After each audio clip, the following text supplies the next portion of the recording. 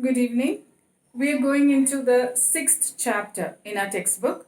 We just finished laws of motion, and our new chapter is work, energy, power. The basics of this you've done in class 9, and we will now be building up on the basics that you have of work, energy, and power from class 9. So we start our class today with our topic work. So the first topic we'll be discussing today is work.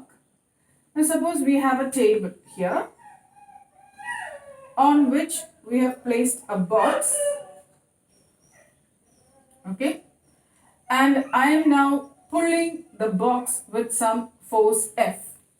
And as I pull this box is on this horizontal floor and it is getting displaced along the floor. You are pulling it along the floor. The angle at which you are applying the force is theta. That is, the angle between the force and the displacement is theta. As you know, we learned in the previous chapter that you can resolve the vector f. This is a vector. This vector f can be resolved into two components. The component that is adjacent to theta will be f cos theta, and the component that is opposite to theta will be the sin theta term, that is f sin theta. So what I've done here is I have resolved the vector f, a component f cos theta in the direction of displacement, and a component f sin theta which is opposite to theta perpendicular to displacement. Work done is defined as the product of the component of force in the direction of displacement, which means f cos theta, and the magnitude of the displacement. So you see, work done is defined as the component of force in the direction of displacement, which is f cos theta, and the magnitude of the displacement of the body. This is how you will define force, and this is therefore f d cos theta, where f is the force applied, d is the displacement, and theta is the angle between force and displacement, both of them being vectors. When I taught you vector multiplication, I told you there are two types of multiplications. That is, you can have multiplying two vectors called the dot product, which will be the magnitude of A into magnitude of B into cos theta, where theta is the angle between the vector A and B. Or you could be taking the cross product. A cross B would be magnitude of A into magnitude of B into sin theta, theta being the angle between the two vectors A and B. Now here, because it is a cos theta term, we know that this is the dot product f dot d between the two vectors force and displacement. Now this dot product is actually a scalar product, which means the product is a scalar quantity, telling us that work is a scalar quantity. If you had taken the where we have the product also a vector, then it would be a vector product, that is A cross B. Okay, so we now know that work done is force into displacement into cos theta, theta being the angle between force and displacement. Looking at this, you will see that the SI unit will be forces in Newton and displacement in meter. This is also joule. As we proceed in the chapter, you will see work done is also equivalent to energy, and therefore you can have the SI unit of work done in joules also. Now from this formula, you will see that the work done can be positive, can be negative, can also be zero. Let's see the three different cases that we're going to discuss. So we have our force here, the work done, formula being given by, formula is work done is f d cos theta. So on the table, if we have a box here, let this be the force I'm applying. I'm going to call it as FA, which is the applied force. And because of this applied force, the body is moving in this direction. So I've shown you the displacement also in the direction of the applied force. There will be a force due to gravitation. Gravitational force acting always in the vertically downward direction. And if the body is moving to the right, then we will have a contact force, which we learned about, called the frictional force opposing the direction of motion. So this contact force is a force that is parallel to the two surfaces in contact, acting opposite to the direction of motion, and that force is what we call as the frictional force. Now if you look at this force, work done by the applied force, work done will be force into displacement into cos 0, because the applied force and the displacement are in the same direction. Theta is 0 and cos 0 is 1. So we know that this is going to be positive work done because cos 0 is 1. If you look at the work done by the gravitational force, then work done is going to be equal to force into displacement into cos 90, because the displacement is to the right and gravitational force is vertically down, so that the two make an angle of 90 degree perpendicular to each other, displacement and Fg. So work done by the gravitational force is going to be 0 because cos 90 is 0.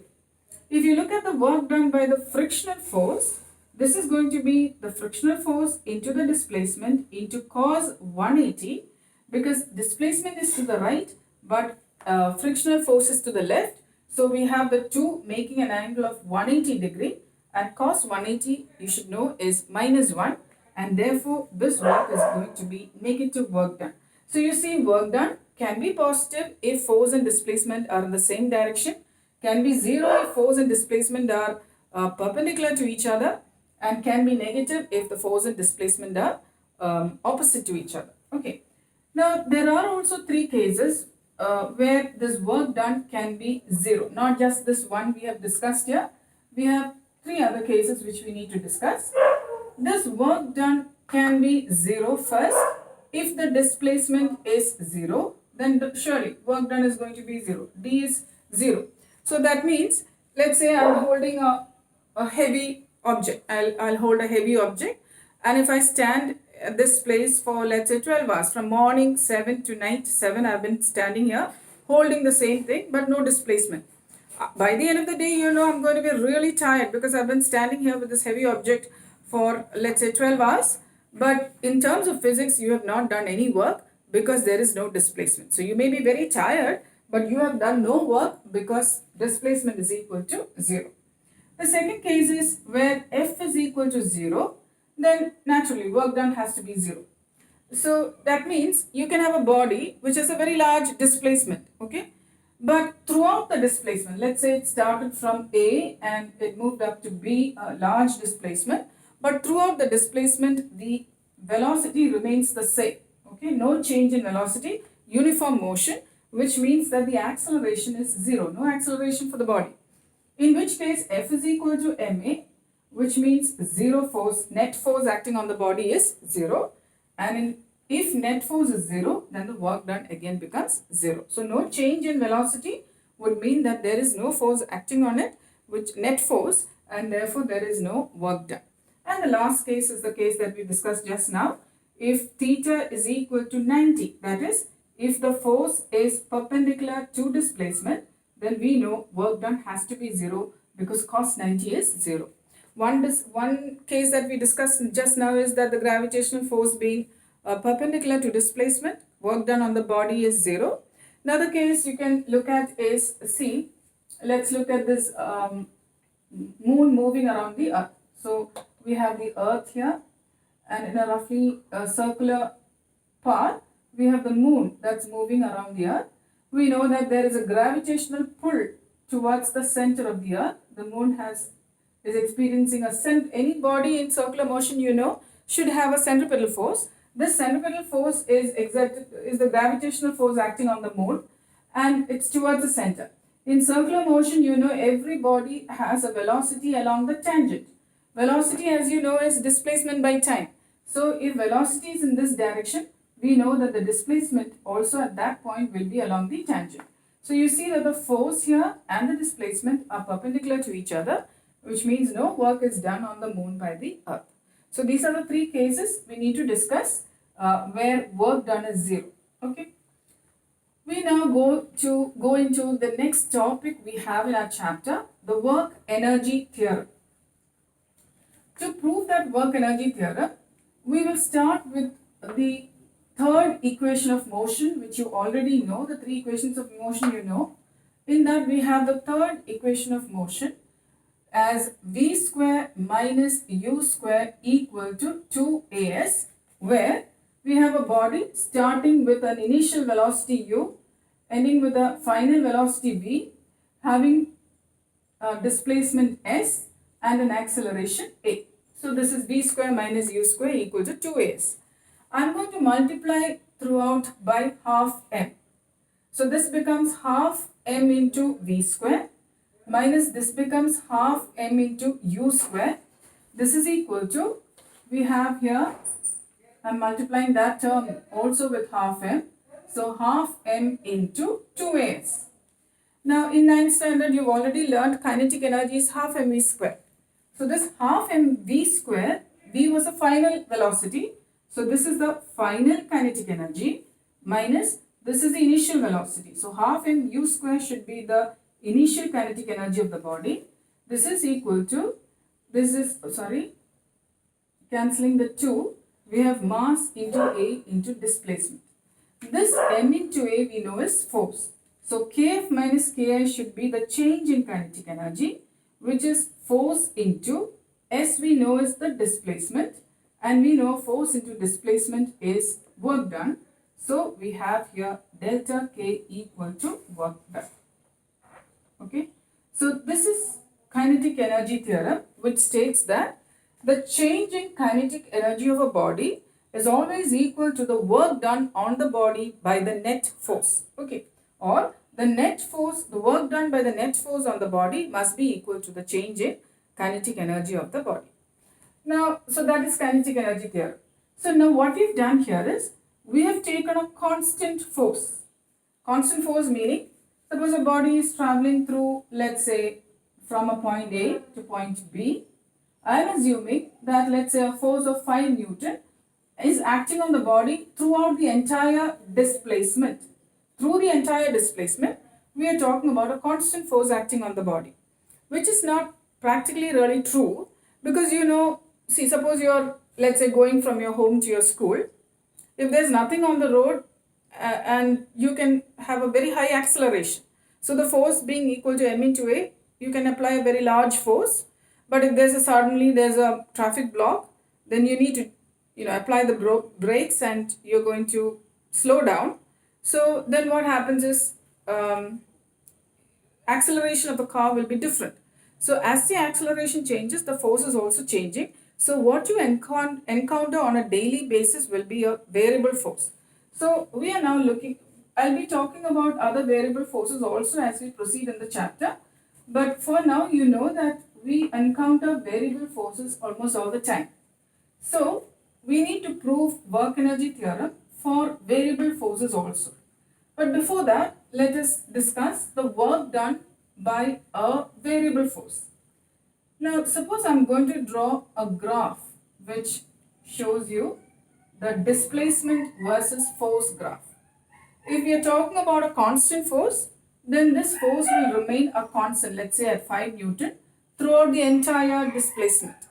Here I'm going to draw another force, which is, let's say, suppose it's like this. You see, it's a variable force. It's increasing and then decreasing. Okay.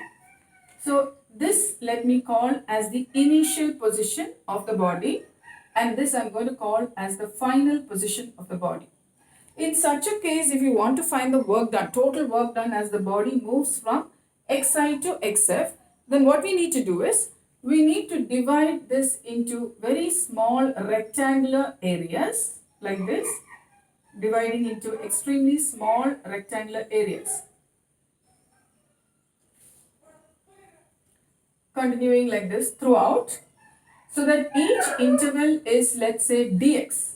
I hope you remember I told you dx is when the interval is tending to 0. So this is an infinitely small interval, small change in position, for which you may assume the force is a constant. You see, in this interval, it's so small that you may assume that this force remains a constant. So now I can find the work done in the small interval will be the area of that rectangle, meaning the small work done in this interval dw is going to be equal to In that interval, we have taken a constant force. So F into the displacement in that interval will be dx. So in this small interval dx, assuming that the force is a constant, we find the small work done, which is F into dx. And then when I want to find the total work done when the body moves from xi to xf, what I need to do is find each of these dw. In each interval, find dw and then add up all of those dw's to get the total work done. This process is what you call as integration. So, to find the total work done as the body moves from xi to xf, you integrate or add up all the small work done, integrate dw, which means you're integrating f dx as the particle starts initially from xi and ends up at xf. Now we know that this force is not a constant force, it's a variable force. So I may write F equal to ma, which is m into acceleration is dv by dt. I hope all of you remember acceleration being rate of change of velocity. In the same manner, I may write dx is equal to v dt from velocity is rate of change of displacement dx by dt. Okay. So substituting this and this in my equation here, I get work done is equal to integral. Instead of f, I am going to write m into dv by dt multiplied by dx. I am going to replace with v into dt. So when I cancel this dt here, we are integrating in terms of velocity. So at this initial position xi, velocity is initial velocity u. At the final position xf, the final velocity is v. Okay. So we now have work done equal to integral. Starting velocity is initial velocity u, final velocity v, m into v dv. This is what we need to integrate. Now here, I can take the mass outside because mass is not changing. It's not a variable, it's a constant. So work done is equal to mass outside, initial velocity to final velocity limit, v dv. I've already given you the formula for integration. Integral x raised to n dx is x raised to n plus 1 by n plus 1, which means integral v dv, this is v raised to 1, should be equal to v raised to 1 plus 1 because n is 1 divided by 1 plus 1, which is going to be v square by 2. So integral x dx is x square by 2. Integral v dv is v square by 2. So this is going to be equal to m into, after integration we use the square bracket, v dv integral is v square by 2, starting from u and ending at v. Okay. So now what I need to do here is, after integration, the variable will first take the upper limit minus the lower limit. So here we have work done is equal to mass into bracket. This variable v will first take the upper limit. So we have here v square by 2 minus, this velocity will then take the lower limit. So v will now become u. So this is u square by 2. So if I open the bracket, this is going to be half m v square minus half m u square. This is our final kinetic energy. V is the final velocity. This is initial velocity. So we have here V equal to final kinetic energy minus initial kinetic energy. Our work done is again delta K, change in kinetic energy, which is what kinetic energy theorem states, that the change in kinetic energy of a body is equal to the work done on the body by the net force. So we have proved work energy theorem both for a constant force and for a variable force. Okay. So our topics for today, we started with work done. You need to know how to define work done and then go on to discuss when which are the cases that you can have work done to be 0, work done to be positive or negative. Then we have to prove work energy theorem both for a constant force and for a variable force. Thank you and good night.